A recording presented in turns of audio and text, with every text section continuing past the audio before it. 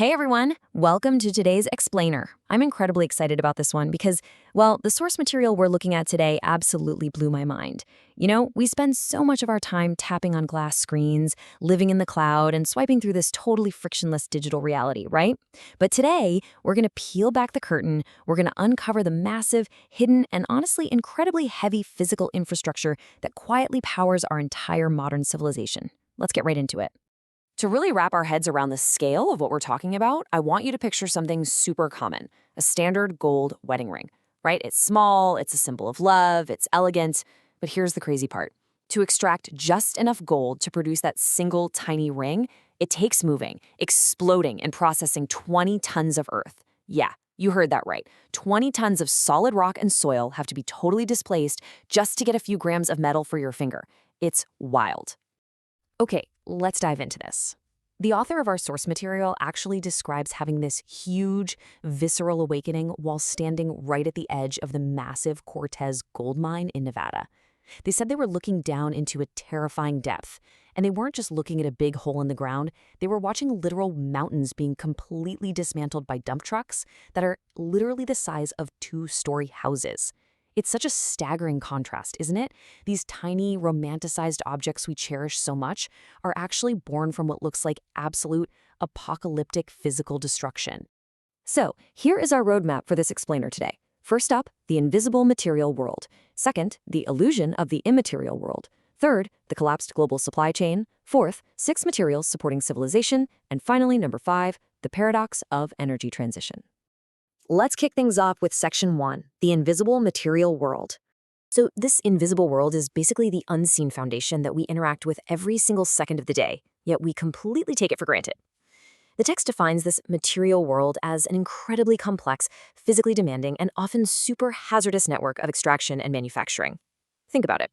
When we think of modern innovation, our minds jump to mega brands, right? The Apples and Teslas of the world. But here's the secret. Those brilliant brands rely incredibly heavily on obscure, massive industrial companies to handle the extraordinarily difficult, dirty, and dangerous work of pulling raw materials out of the earth. Because without these invisible industrial giants doing the heavy lifting, those sleek smartphones and EVs, they just remain ideas on a whiteboard. Moving right along to Section 2, the illusion of the immaterial world. Now, what's really interesting about this slide is how it highlights a massive blind spot we have as a society today.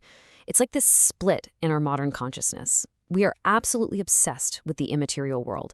We're talking software, finance, apps, the whole service economy. And we celebrate it. But the source text makes a really great point. We haven't actually moved past the material world.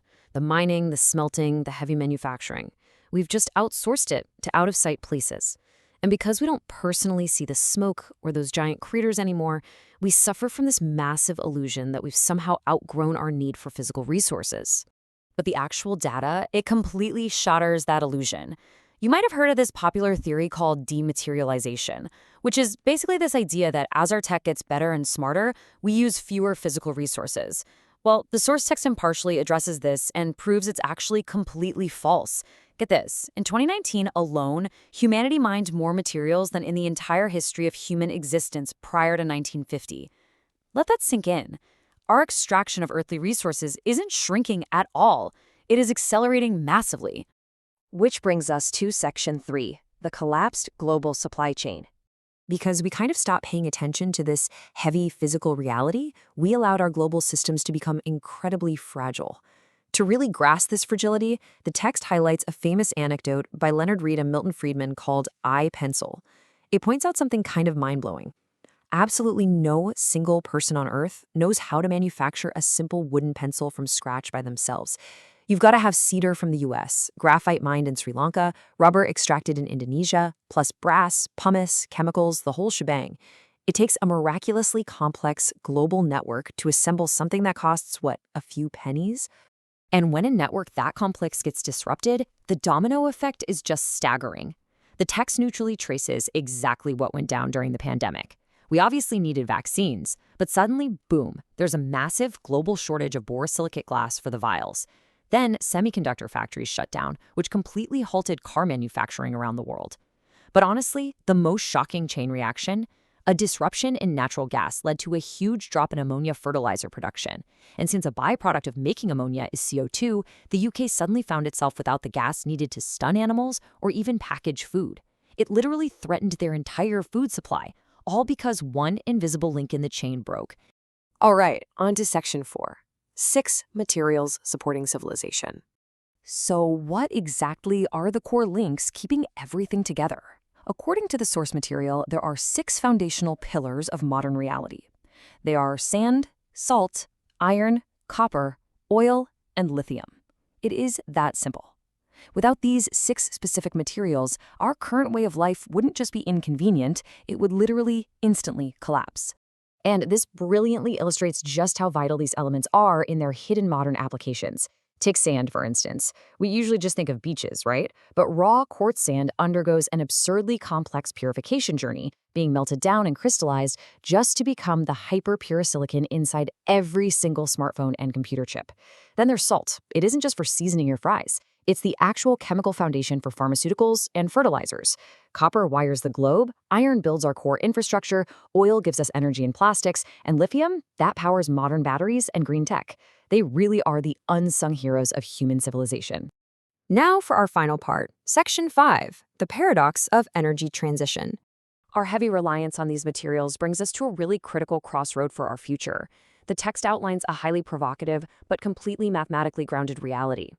Obviously, we are currently trying to transition away from the existing dirty fossil fuel system over to a green energy system to combat climate change. But here is the paradox, which is explained completely neutrally by the author. Moving away from fossil fuels doesn't mean we just get to stop digging holes in the ground. Actually, it's the exact opposite. Building wind turbines, solar panels, and electric vehicles requires a massive, staggering increase in the physical extraction of new metals. Just look at the data here. It reveals a pretty stark reality. The mineral extraction required for a green energy grid is significantly higher than that of our current fossil fuel system. So to reach this promised land of sustainable, clean energy, we basically, paradoxically, have to dig deeper and move more mountains than we ever have in human history. We are going to need exponentially more copper for wiring, more lithium for batteries, and tons of rare earth metals. The future, it turns out, is incredibly material intensive. Which leaves us with this final, really powerful question to reflect on. I want you to literally look at your smartphone right now or the computer monitor you're watching this on. How many mountains were moved to put that object in your hands? How many tons of earth were exploded, processed, and shipped across oceans just so we can send a quick text message? The source material we covered in today's explainer brilliantly exposes the vast illusion of our immaterial lives. I really hope this leaves you with a brand new appreciation for the physical objects you touch every single day and the incredibly complex, invisible material world that makes it all possible. Thanks so much for joining me, and keep exploring.